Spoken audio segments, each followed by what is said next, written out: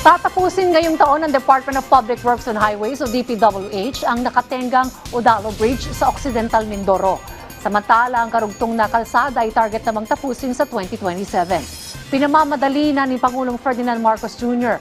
ang konstruksyon ng Udalo Bridge sa bahagi ng Abra de Ilog, Puerto Galera Road na isa sa missing links ng Mindoro Circumferential Road na mahigit 3 taon nang nakatenga. Ayon kay Public Works Secretary Vince Dizon, mahalagang bilisan ng konstruksyon ng natitirang 25 linear meters na awang ng tulay para maibsan ang pagtitiis ng mga residenteng kinakailangan pang sumuong sa ilog para makatawid.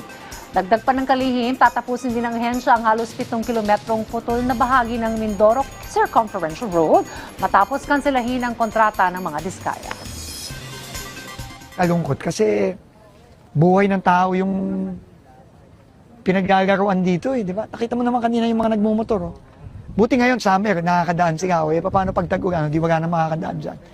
Tapos kung ikaw naglalakad ka, sige mo, bababa ka dito, agaw buhay pa pagbaba dyan.